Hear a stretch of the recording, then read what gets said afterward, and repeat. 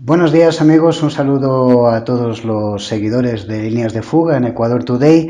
Hoy tenemos con nosotros una persona muy especial a la que le tenemos también mucho cariño, lo voy a decir así de claro aquí en el programa, que es Linda Guemán.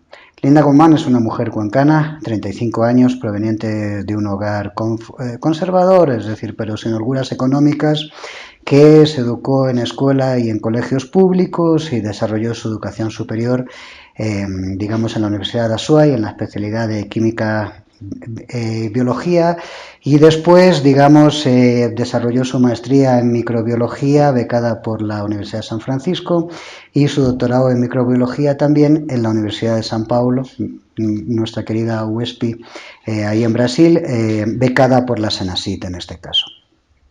Durante todo este tiempo,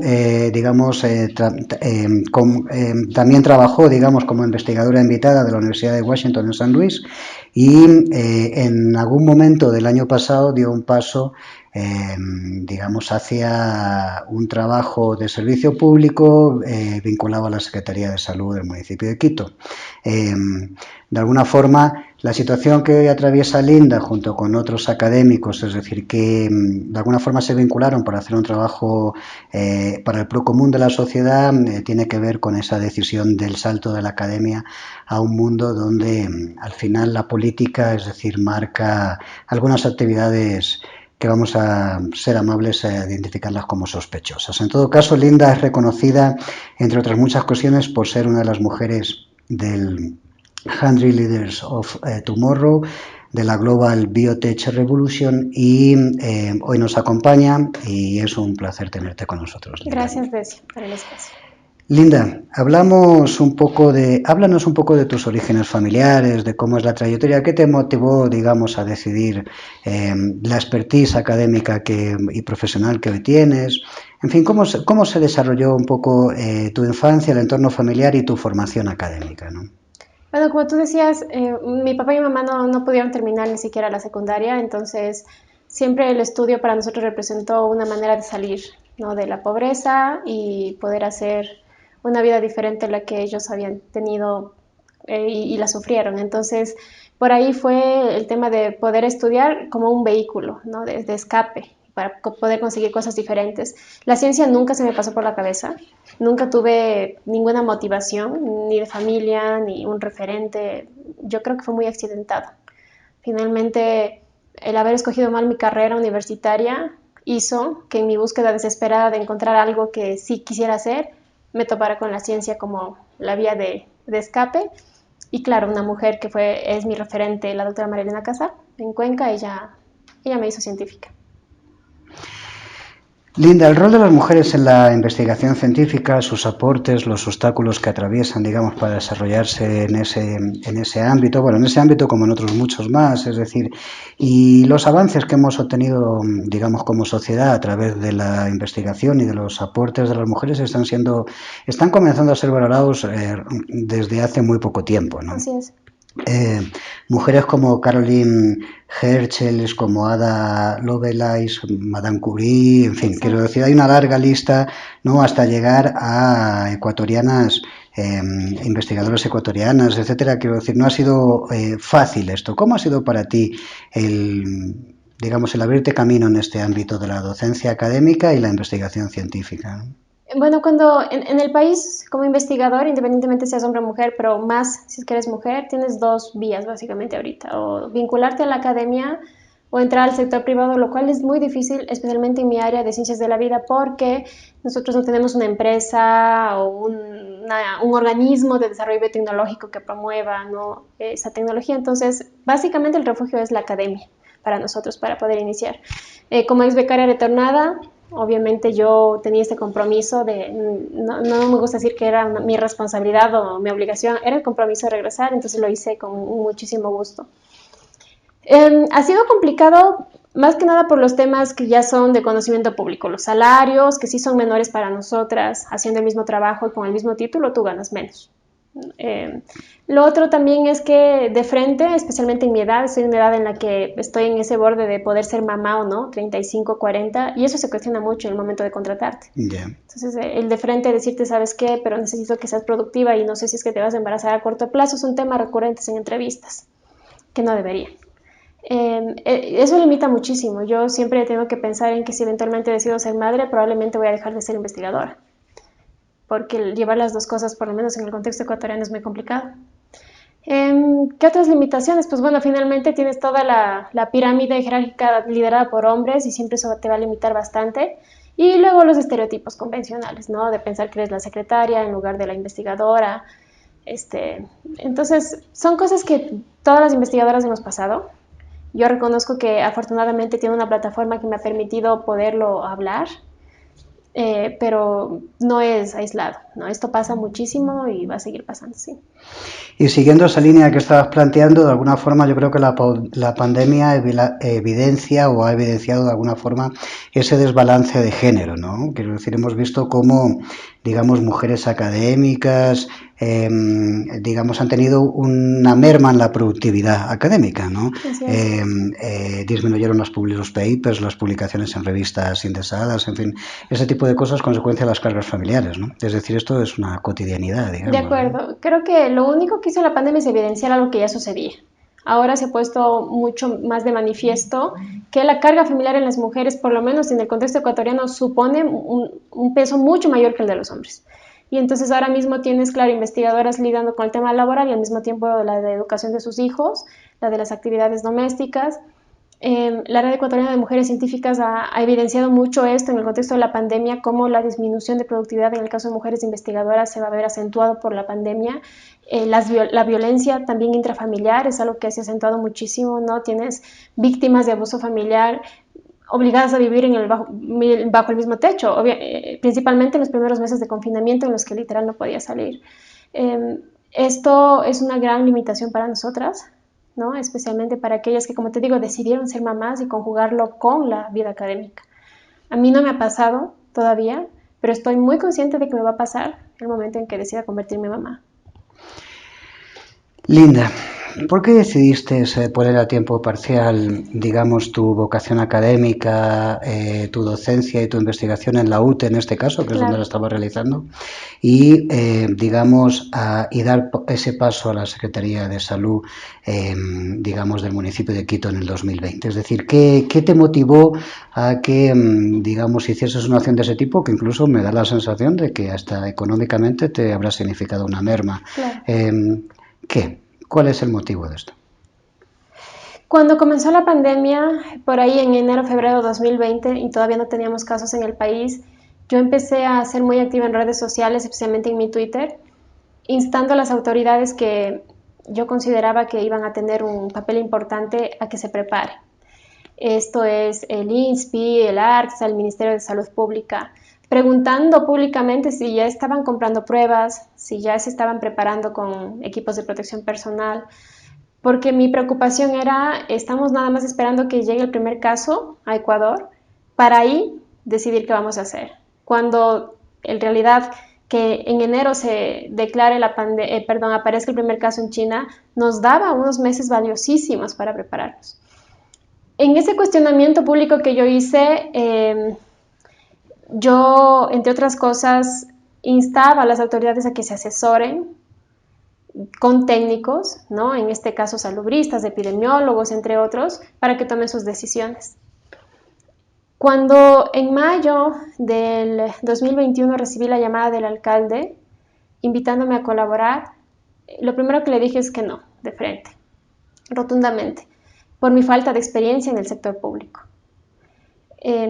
Y luego, cuando finalmente le pedí un tiempo para pensar ante la insistencia, reflexionaba en, yo fui la primera en decirles a las autoridades que por favor se asesoren de técnicos, y cuando eso está sucediendo conmigo, ahora yo me hago a un lado.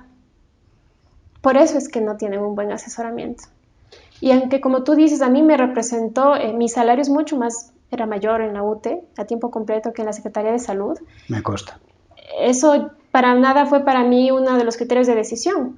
Cuando supe que Jimena Barca iba a asumir la secretaría, a pesar de la herencia que traía, ¿no?, del proceso ahora mismo que se está investigando de peculado, yo no dudé porque vi a una mujer con las credenciales de ella y supe que el tema iba a ser muy técnico. Eso me motivó, saber que efectivamente poder tomar decisiones acertadas podía ser la diferencia en el control de la pandemia en Quito. Y por eso es que hablé con mi rector, le pedí que por favor me diera menos tiempo del completo que yo tenía, porque nunca quise y no quiero desvincularme de la academia y de mis estudiantes.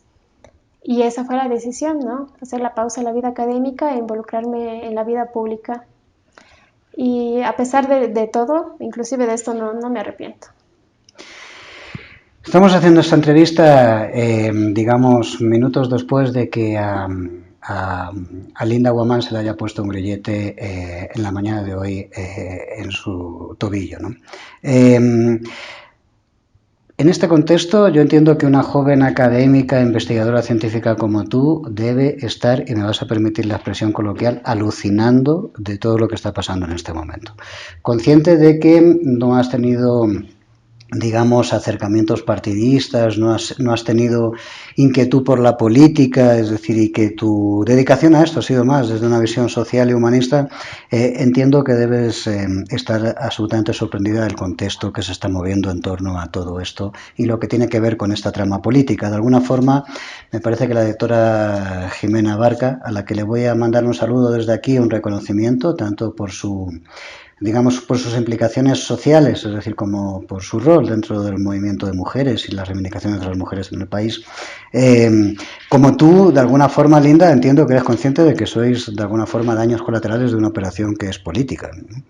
Y que, de alguna forma, lo que busca es el acoso y derribo al alcalde de Quito. No vamos a hacer valoraciones de esto, lo digo yo, no lo dices tú, además, lo que estoy diciendo, pero lo que sí me gustaría es que nos dieses tu versión de las cosas. Tú llegaste a la Secretaría de Salud, si no me equivoco, el 16 de junio del 2020, y me gustaría entender, es decir, qué pasa con respecto a estas pruebas. ¿Cuándo se compraron las pruebas? Que, si entiendo bien, es antes de la presencia tanto de Jimena Abarca como tuya en esa institución pública. Y por otro lado, es decir, ¿cómo procedisteis para validarlas, para acreditarlas? Es decir, ¿qué dicen los informes de URLAS, del SYNLAB, del KTC? Es decir, ¿qué pasa con las tecnologías de las pruebas con respecto a lo que estaba contemplado en el contrato de adquisición?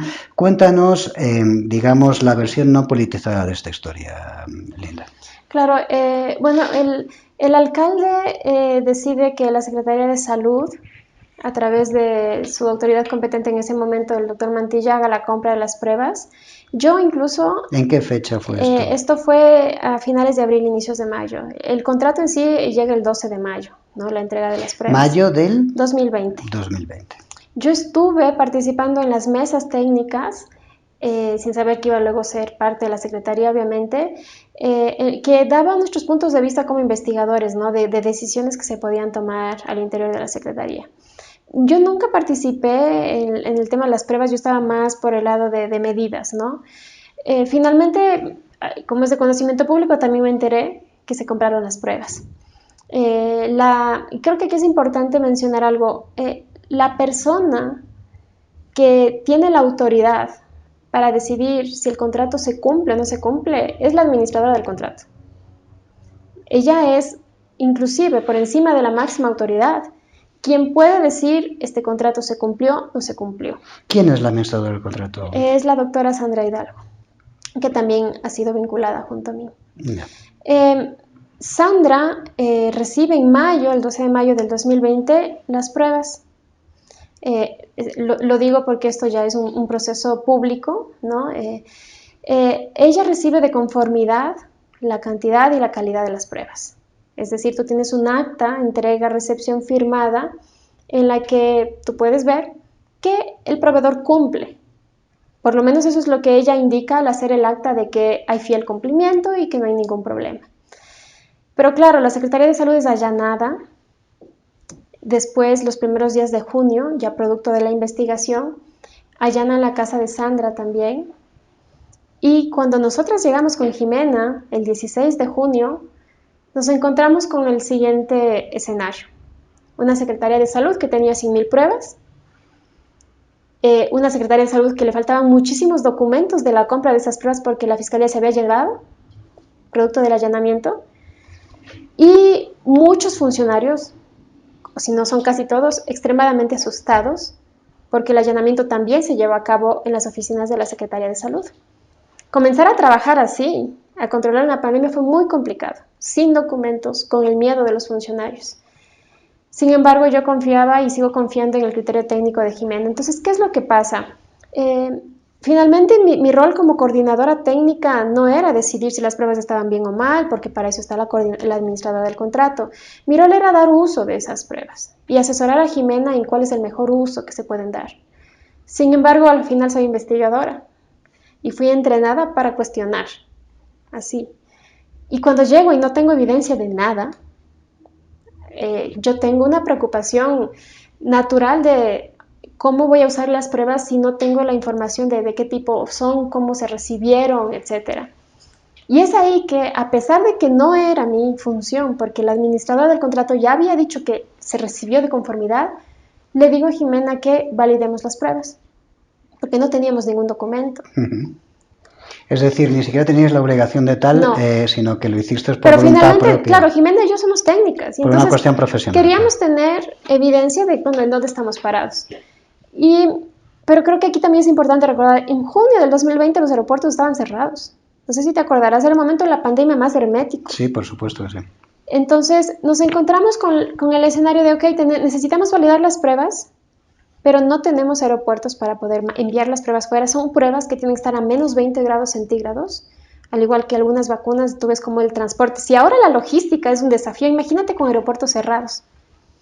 Entonces, al día siguiente, creo que la primera cosa que hice, el 17, en vista de que en la UDLA algunos investigadores habían publicado, en este caso particular el doctor Miguel Ángel García, un artículo validando otras pruebas. Sí, esto es de investigación, pero finalmente era lo más cercano a lo que necesitábamos. Nosotros le pedimos que valide. Existe un convenio marco entre el municipio y la Universidad de las Américas. Y Jimena venía de la Universidad de las Américas. Entonces enviamos a validar.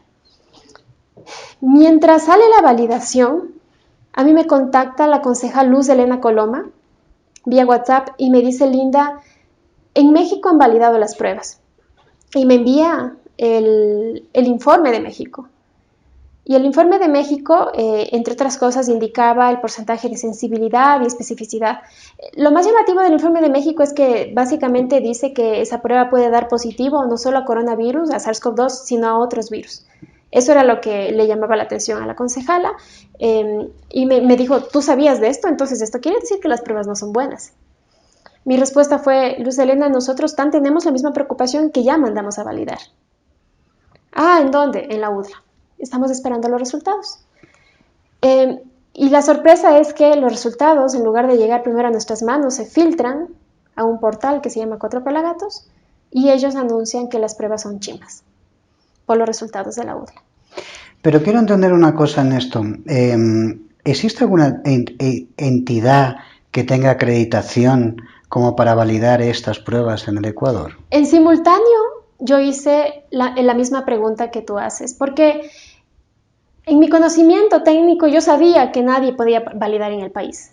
Eso yo ya lo sabía, pero claro, como funcionaria pública necesito evidencia de eso. Entonces, yo formalmente le envío una solicitud de información al Director Nacional de Acreditación de Laboratorios, del Sistema de Acreditación del Ecuador, el SAE, y le hago esa consulta. ¿Existe en el país algún laboratorio acreditado para validación? Y su respuesta es no. En el país, en nuestra base de datos de laboratorios acreditados, no existe en el país una que pueda validar. Eso a mí ya me suponía... es decir, que el informe de la UDLA es un informe que no tiene sostén científico, es decir, como entidad acreditada. ¿Que no? Tiene sostén científico, sí, porque yo considero que los parámetros que se utilizan en la investigación tienen validez, pero tenemos que pensar que es un informe que se tenía que utilizar con fines regulatorios. Y en ese sentido, solamente puedes utilizar documentos que vengan certificados por la autoridad competente o que sean reconocidos por la autoridad competente. Y Correcto. Ese no es el caso de la UDLA. Y tampoco es el caso de México en este caso, porque son pruebas que ni siquiera nosotros habíamos solicitado validación. Cuando se filtra esta información de la UDLA, Nosotros estábamos esperando la respuesta del SAE, llega la respuesta del SAE diciendo que ese informe no es reconocido. Nosotros le decimos al fabricante, ¿no? No fue así. El fabricante se entera por 4 pelagatos que básicamente sus pruebas no sirven. Imagínate, porque somos inocentes todavía, hasta que se nos demuestre lo contrario, el fabricante también es inocente de esto. Entonces ellos lo que nos dicen es, ¿cómo es posible que salga a la palestra pública un informe que deja muy mal paradas a nuestras pruebas cuando viene de una institución que no tiene credenciales para hacer esta validación? Y de un medio de comunicación que tampoco los tiene como para hablar oficialmente en nombre de nadie. Exactamente, ¿no? Y entonces lo que ellos nos indican y están en su derecho es, vamos a pedir que la empresa, los fabricantes en Corea se pronuncien respecto a esta validación y además les solicitamos a ustedes que conozcan y que hagan este tipo de validaciones en instituciones que estén acreditadas. ¿Quién tiene esa competencia aquí en el país? Por último es el ARCSA.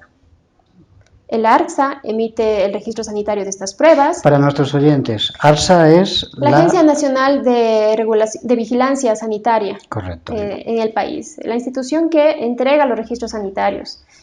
Los fabricantes, cuando alguien quiere traer un producto que viene de fuera, tiene que acreditar con sus documentos de respaldo, ¿no? La parte de calidad, etcétera. En esta agencia. En esta agencia. Los documentos de respaldo de este fabricante vienen con 99% de sensibilidad, 100% de especificidad, y el ARSA los recoge, ¿no? Y le otorga registro sanitario. Finalmente ellos son competentes para hacer eso. A pesar de eso, también yo le pregunto al ARCSA, mira, no, esto ya vino después en agosto, por eso todavía no he llegado ahí. Pero bueno, cuando, claro, el fabricante se molesta con nosotros porque ellos pensaron que nosotros filtramos esa información. Los fabricantes son coreanos, para recordar este dato. Exactamente, ¿no? Es coreano. Ellos nos envían una carta a los 2 días de respuesta en la que le envían al alcalde porque rechazan la validación de la UDLA. Y empiezan punto por punto, de manera técnica, a decir, esto estuvo mal, esto estuvo mal, esto estuvo mal. Quiero recordar, haciendo un paréntesis en lo que está planteando Linda, que Corea del Sur es uno de los países que se ha destacado en la gestión, digamos, en la capacidad de gestión de esta crisis pandémica a nivel global. Quiero decir, es uno de los países, digamos, con mejores resultados junto con Australia y otros, es decir, en la gestión de esta materia. Síguenos contando, Linda. Yo entro en contacto con el investigador de la UDLA, todo esto por WhatsApp, y de hecho el día de la vinculación de mi audiencia de vinculación se saca a relucir mi conversación de WhatsApp con el investigador. Claro, en ese momento se tomó un fragmento que no me deja muy bien ubicada, pero yo quiero comentar todo el contexto. Yo le digo a Miguel Ángel en varios momentos, cuando ya reviso su informe, que al socializar este informe con otros colegas de otras universidades nos surgen varias dudas respecto a la parte metodológica, que sería bueno que él nos pueda responder a esas dudas.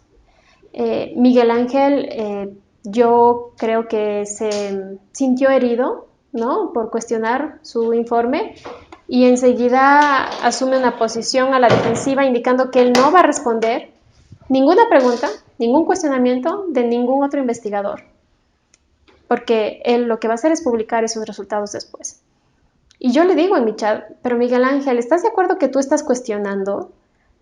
Llega la validación de SYNLAB, tú cuestionas cómo hace SYNLAB las cosas, tú dices que está mal por esto, por esto, por esto, y ahora yo te pido a ti que tú respondas los cuestionamientos de otros investigadores a tu informe, y tú me dices que no, y me dices, yo no lo voy a hacer, no tengo por qué responder, y se enoja conmigo. Yeah. Como investigadora, ante un colega que no quiere responder cómo hizo las cosas y los cuestionamientos de otros, yo tengo todo mi criterio para dudar de cómo se hacen las cosas. Finalmente, como investigadora te basas en lo que te dice la evidencia.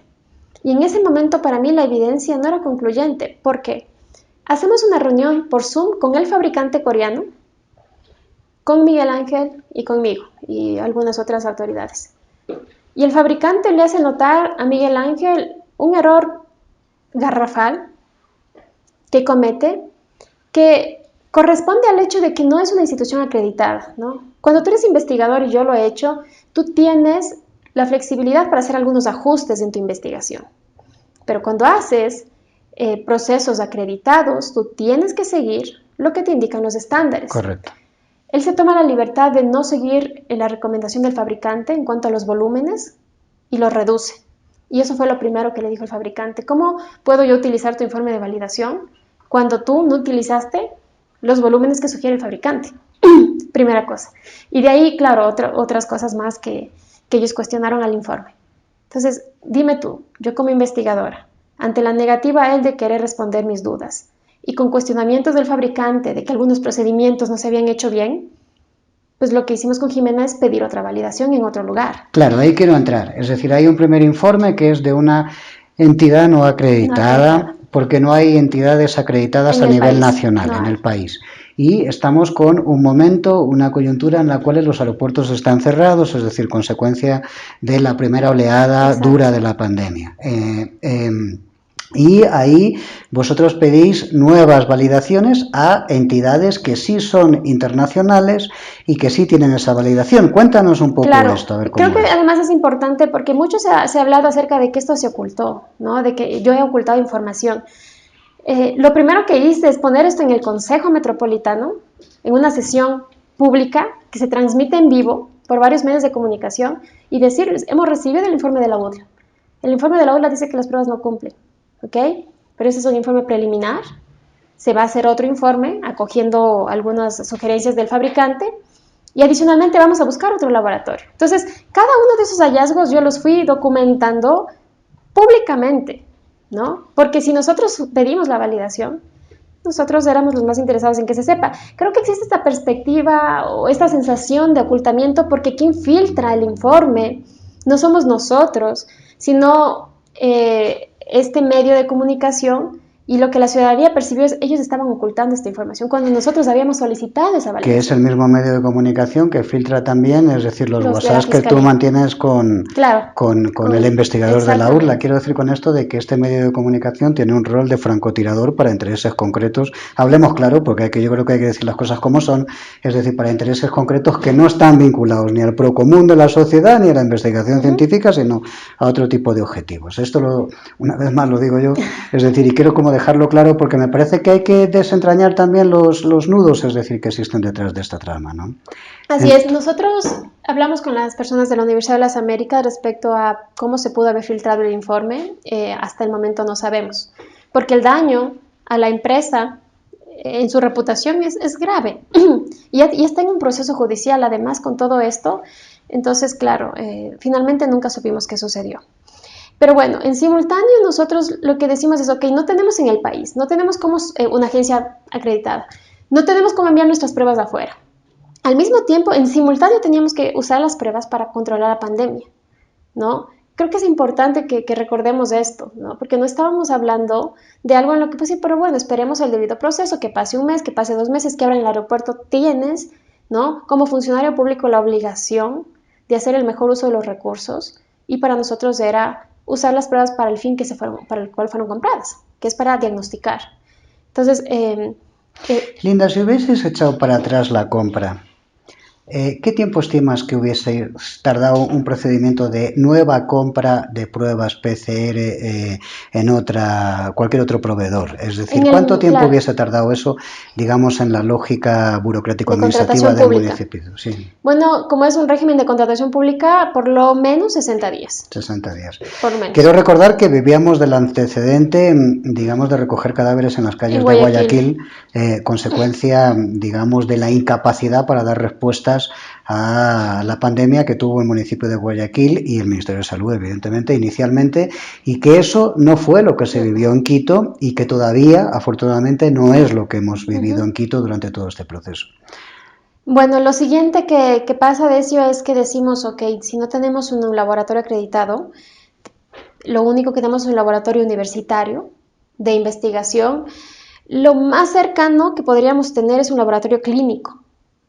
Entonces entramos en contacto con SINLAB, un laboratorio además que representa una multinacional, creo que tiene presencia en más de 30 países, aquí en la ciudad como diagnóstico clínico muchísimos años, y les pedimos que hagan una validación. ¿Este órgano sí está? No, ninguno está acreditado, pero nosotros tenemos un informe que nos deja dudas Y se pide un nuevo informe para validar. No tenemos nosotros un laboratorio acreditado. Bien, Decio, en ese punto podríamos haber dicho, ¿saben qué? Igual ya se recibieron las pruebas de conformidad. Igual a nosotros no nos corresponde saber qué pasa. Gracias.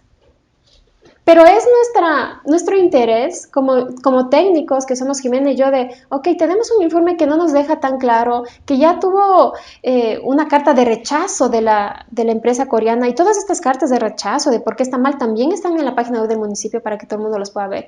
Y entonces mandamos a SYNLAB, conscientes de que si bien no nos iba a servir, por lo menos necesitamos tener evidencia hasta poder tomar una decisión. ¿Y cuál es el resultado del informe de SYNLAB? El resultado del informe de la UDLA es 86% de sensibilidad con 500 copias por microlitro. Aquí quiero hacer esto un poco menos técnico para que la gente entienda. Por favor. Ok. Si yo ahora mismo, por ejemplo, te pido a ti, Decio, que vayas a la oficina de al lado 100 veces y que me encuentres clips. Cuando yo digo que es el 86% de sensibilidad, quiere decir que de cada 100 veces que vas, las 86 regresas y dices encontré el clip. Correcto. ¿Ok? Eso quería decir, el contrato decía 99%. El contrato dice que tenía la obligación de traer 99% de veces el clip, digamos, claro. ¿no? Pero la validación de la UDLA dice 86%. Correcto. Pero hay un detalle adicional, que creo que aquí es cuando, y especialmente esto es muy técnico y tal vez la fiscalía no entiende.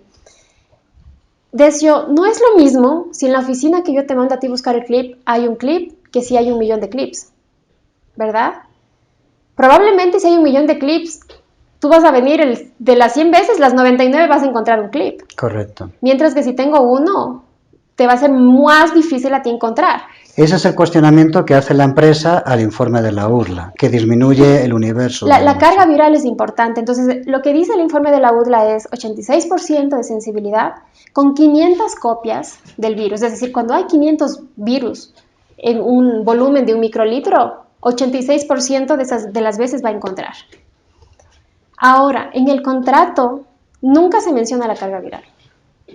En el contrato solo se menciona el porcentaje de sensibilidad, pero no te dice a qué carga viral. Y ya ves, como en el caso de los clips, no es lo mismo a un clip que si tienes 1 millón. Entonces, eso es un asunto súper técnico, pero que finalmente al momento de recibir de conformidad las pruebas ya se había consumado la administradora. Entonces, claro, la UDLA pone esto de manera técnica de 86% a 500 copias por microlitro y ahí salta el tema de no cumple. ¿Y qué dice el informe de SYNLAB con respecto a esa misma prueba? Exactamente. SYNLAB da un porcentaje similar al 86%, pero con 20 copias por microlitro. Es decir, no es lo mismo, a pesar de que el porcentaje de sensibilidad es el mismo, 86-86, este te dice que cuando hay 500 y este te dice que cuando hay tan pocos como 20 ya da positivo. Yeah. Entonces, claro, lo primero que dijeron es, ya ven, el informe de SYNLAB confirma, pero no es verdad. La carga viral es de 500 a 20 es muy diferente. Yeah. Y yo como técnica entiendo eso y luego de analizarlo digo, estos informes me están diciendo cosas diferentes.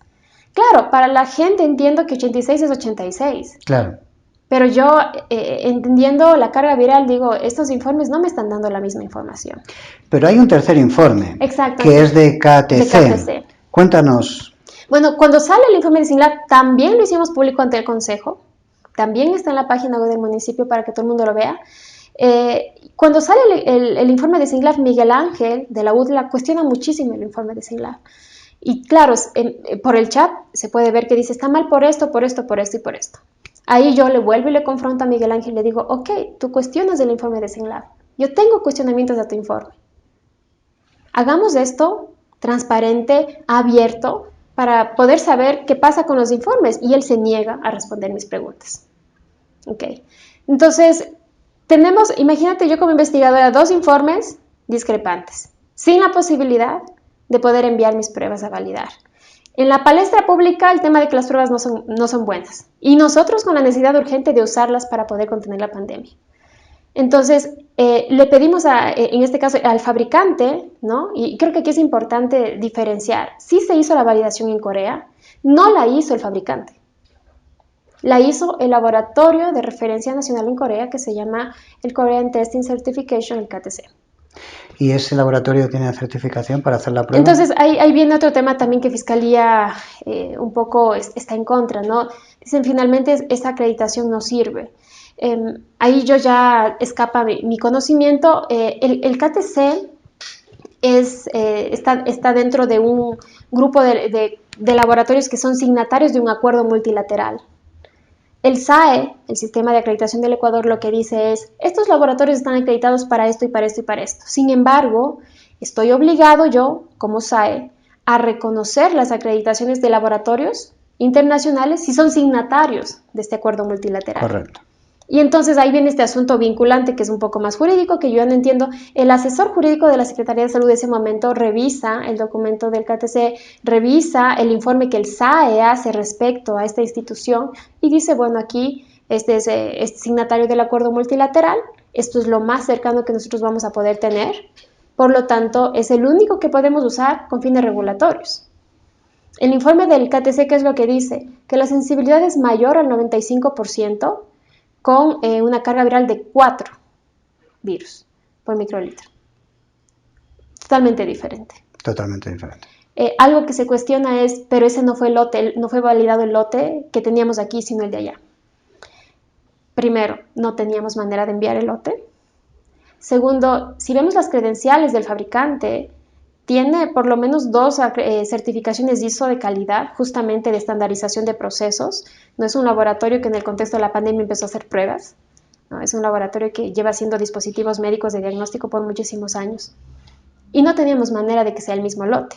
Y ahí un doble discurso.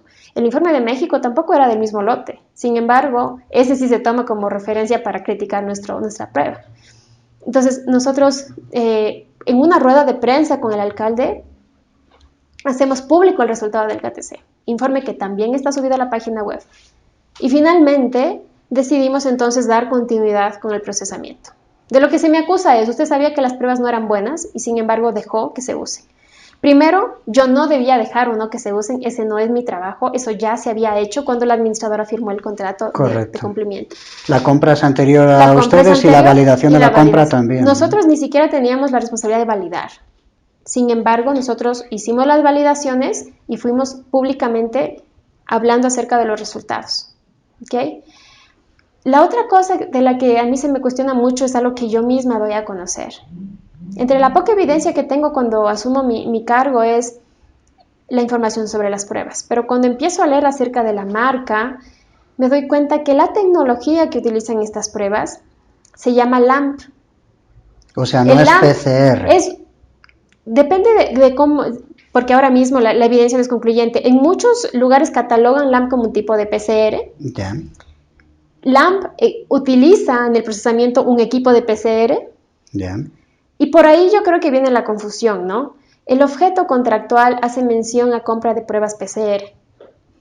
La especificación técnica hace relación a pruebas de diagnóstico, no dice pruebas PCR. Y inclusive en el mismo contrato, en una sección lo que dice es que los reactivos que se van a entregar tienen que ser de tecnología PCR similar o superior. ¿Ok? Entonces, yo le digo a Jimena, estas pruebas en el estricto sentido son LAMP. Hacen lo mismo en el sentido de que diagnostican, son reconocidas por la FDA como una tecnología de diagnóstico válido, pero en el estricto sentido técnico no son PCR. La única diferencia de eso es que en la PCR tú subes y bajas la temperatura para el diagnóstico y en las LAMP mantienes la temperatura constante. Esa es la diferencia fundamental, que finalmente cumple el mismo propósito, diagnosticar, pero se llama LAMP. Cuando yo hago esto público, ¿no? Tampoco es que yo oculté esto. Yo hago público porque eso también es importante decir. Yo nunca he recibido presión ni de la secretaria ni del alcalde para realizar mi trabajo. He sido autónoma absolutamente. Ellos siempre han tenido la apertura de que yo explique y diga todos los hallazgos que yo voy encontrando. Entonces yo en el consejo digo, ok, estas pruebas no son PCR, es un LAMP. Y empieza el tema. Entonces no se recibió lo que se compró. Hay que terminar el contrato. Primero, otra vez, la administradora del contrato ya había recibido conformidad, ¿no? Nosotros, Jimena no podía dar de baja un contrato sin que tenga un informe de la administradora pidiendo eso. Por supuesto. Pero además, luego ya la administradora y los otros funcionarios que recibieron tienen un punto súper válido. Y es que el ARCSA, volvemos al ARCSA, el ente regulatorio que emite los registros sanitarios, hasta el día de hoy sigue catalogando esas pruebas como PCR. y es el ente oficial, digamos, en el Ecuador. Claro, y eso también lo dije a los concejales. Miren, estas pruebas son LAMP. Hacen lo mismo, diagnostican, detectan el virus. La tecnología es ligeramente diferente. Y la entidad competente de regulación las cataloga como PCR y les muestro la tabla que hasta el día de hoy tú puedes accesar a la página web. ¿No? Porque la diferencia es mínima, porque se utiliza un equipo se llama Real-Time PCR para hacer el procesamiento. Entonces, finalmente, contra eso, claro, dice la administradora del contrato y los otros técnicos que estaban encargados en ese momento, pues aquí, si la autoridad competente dice que son PCR, yo no puedo desconocer lo que dice la autoridad, ¿verdad? Y imagínate nosotros al fabricante, si hubiéramos podido, que no podíamos, pero si hubiéramos podido terminar el contrato, decirle, ok, terminamos el contrato porque tus pruebas no son PCR. El fabricante me va a sacar el registro sanitario y me va a decir, pero si aquí está la autoridad competente me diciendo que es un PCR. Y lo otro, en el contrato se establece que los reactivos serán PCR similares o superiores. Las pruebas LAMP son similares. Entonces, dime tú, yo, ante estos hallazgos que comunico de manera pública, yo no tengo, ¿no? Primero, en mis funciones, la capacidad de decir esto no se va a usar porque no cumple. Y segundo, tengo, si bien el conocimiento para decir que en el estricto sentido no son PCR, por otro lado tengo la parte pública de, pues la autoridad competente las dice.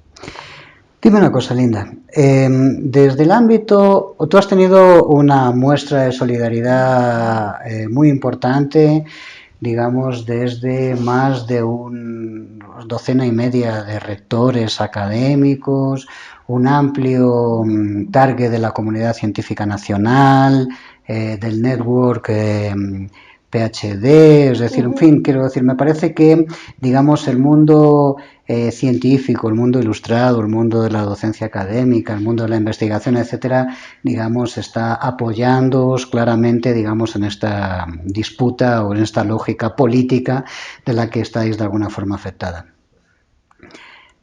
¿Crees que después de esto vamos a tener, digamos, científicos involucrados en gestiones, digamos, de carácter administrativo, burocrático, es decir, intentando trabajar para la comunidad? ¿O crees que esto, digamos, lo que hace es echar para atrás los aportes sociales que en un momento determinado se puede hacer desde la gestión por parte de la comunidad científica, Linda?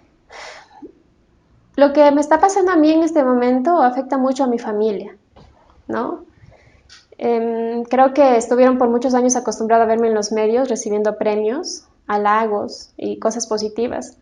Yo misma, cuando a veces entraba a Google, encontraba cosas sobre mí que yo no había sabido, ya me hicieron página de Wikipedia. Ahora mismo cuando googleas mi nombre, probablemente hoy si lo haces vas a saber que tengo grillete. Eso desalienta a cualquiera. Y yo creería que muchos investigadores se la van a pensar dos veces. Porque yo entré para hacer un tema técnico y estoy siendo juzgada por un tema político. Porque tú hoy has escuchado mis argumentos técnicos para las decisiones.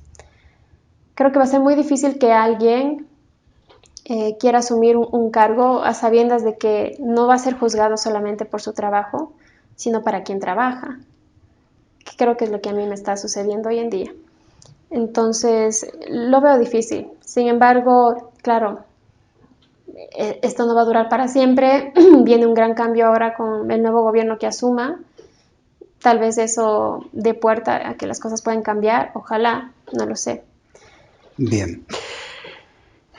Hay una cita de Ulises en la obra de Homero que dice algo así como que Aquiles, que luche Aquiles por el honor y que luche Agamenón por el poder y los dioses decidirán a quién le dan la gloria, ¿no? Tú creo que luchas en este momento por el honor tuyo y de otros compañeros o compañeras que habéis estado trabajando técnicamente en esa secretaría y que estáis exentos de vinculaciones políticas, de tramas económicas o de cosas de ese tipo. En este momento yo creo que lo fundamental es salvar el honor, digamos, de estas docentes, académicos, investigadores, etcétera, que quisieron aportar a la sociedad y que, digamos, de repente se ven envueltos en una intriga política de estas características. Gracias por todas Nada las más, aportaciones. una cosa adicional de eso que también fue parte de la acusación que Jimena y yo hemos recibido, la Fiscalía cuestiona mucho que nosotros, ahí hablo de nosotros como gestión, ¿no? Aunque finalmente quien firma es Jimena, hayamos hecho la terminación de mutuo acuerdo con la empresa. Lo que se pedía a gritos en ese momento era terminación unilateral de parte de los concejales, ¿no? Las pruebas son malas, las pruebas no son PCR, terminen de manera unilateral. El día de nuestra vinculación, nuestro abogado expuso que desde julio del 2020 existe una ley humanitaria, el término jurídico en sí no lo recuerdo bien, que entre otras cosas establece que por el lapso de un año no se pueden hacer terminaciones unilaterales de contratos. Jimena no hace terminación unilateral, Jimena hace terminación de mutuo acuerdo. Para hacer terminación unilateral, primero, la administradora del contrato debe haber hecho un informe sugiriendo terminación unilateral por incumplimiento X, Y o Z. Eso no se hizo. Y luego yo hago un informe técnico, ¿no? Que junto a otros informes del jurídico, el financiero, etcétera, Jimena utiliza para hacer la terminación de mutuo acuerdo. También me vinculan por eso, por haber hecho yo un informe técnico que sirve de sustento para lo que ellos consideran una terminación que no se debió haber hecho en ese sentido de mutuo acuerdo. ¿Qué dice mi informe, Decio? ¿No? Como técnica, yo jamás voy a sugerir en mi informe si se debe terminar, no se debe terminar el contrato, porque otra vez yo soy microbióloga. Sí. Lo que dice mi informe es lo siguiente. No eres experta en contratación pública.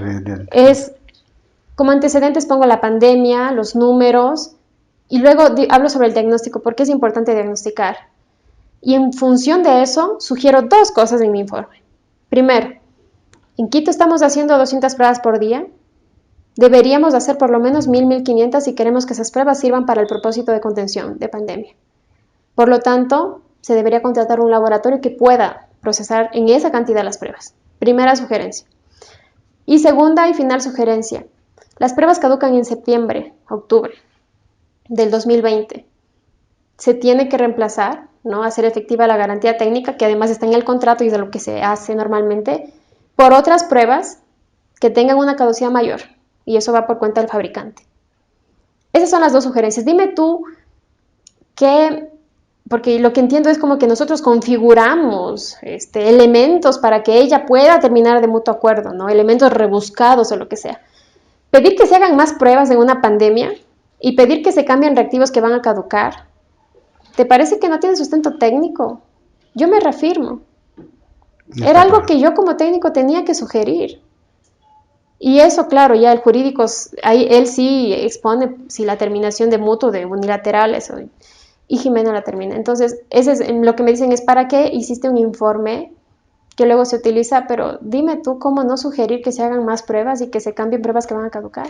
Aparte de que no eres tú, evidentemente, la especialista en contratación pública, es decir, no eres tú quien tiene que sugerir que eso se acabe así o de otra forma, ¿no? Yo creo que finalmente es importante decir, primero, yo nunca he ocultado esto, cada hallazgo lo iba documentando públicamente en mis redes sociales, en el consejo, a varios concejales, por WhatsApp yo les comentaba cuando me pedían información, se las decía. Segundo, no dependía de mí tomar la decisión de si esas pruebas se usaban o no. Eso se decidió en el momento que la administradora del contrato firmó el acta de entrega-recepción definitiva. Dime una cosa, ¿cómo está la situación ahora mismo en Quito, Linda? Quiero decir, o sea, más allá de todo este afer, digamos, y toda esta movida jurídico-política o político-jurídica que estás atravesando, desde la Secretaría de Salud del municipio de Quito, es decir, ¿cómo estáis viendo la situación ahora mismo? Es decir, ¿estamos en una segunda oleada? Es decir, ¿cómo está la atención? ¿Están saturados los hospitales?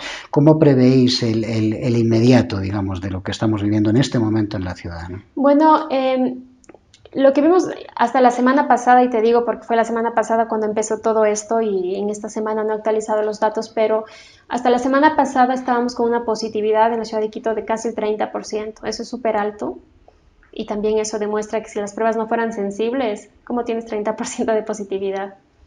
30 de cada 100 dan positivos, eso es un número extremadamente alto, 1 de cada 3 personas en el país, en la ciudad están dando positivo para COVID. Teníamos una lista de espera de más de 60 personas en camas UCI en la ciudad, eso es extremadamente grave. un exceso de mortalidad superior al 15% cuando comparas el mismo tiempo hace algunos otros años. Indicadores todos negativos. Nosotros hemos hecho la lectura con Jimena de que efectivamente es una segunda ola y tú puedes ver la curva epidemiológica, ¿no?, que empieza a bajar. Eso es otra cosa importante, Decio. Mira cómo sirve el diagnóstico, que yo puedo compartirte esto si ayuda a ilustrar mejor.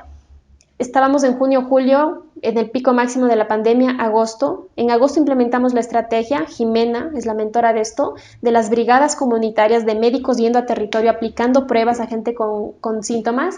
Y tú ves como agosto, septiembre, octubre empieza a caer la curva. ¿Qué pasó en Quito ahí? Justo contratamos un laboratorio que hacía 1.500 pruebas por día. No es casualidad que la curva, la curva lo que muestra es, por ejemplo, camas de hospitales, etcétera, todo empieza a bajar, ¿no? Y tú tienes septiembre, octubre, noviembre, una meseta. Se mantuvo la positividad en 10, 12%. Hasta diciembre. Diciembre, enero, otra vez. Por eso es que Jimena habla de una segunda ola. Tenemos ahora mismo una subida de casos muy brusca y todos los otros indicadores que también ayudan a sustentar esto.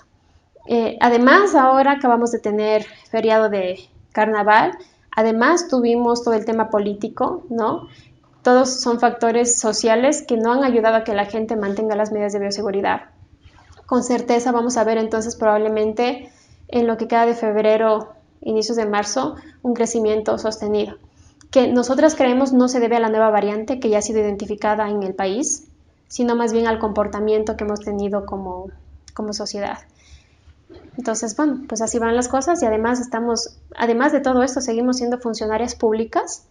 Nosotras, a pesar de tener grillete, a mí no se me ha sentenciado, no se me ha encontrado culpable.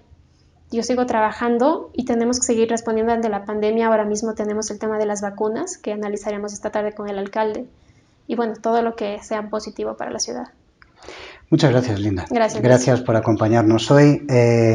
Mujeres valientes, ¿no? Es decir, que han aportado y que, bueno, las estamos pagando así.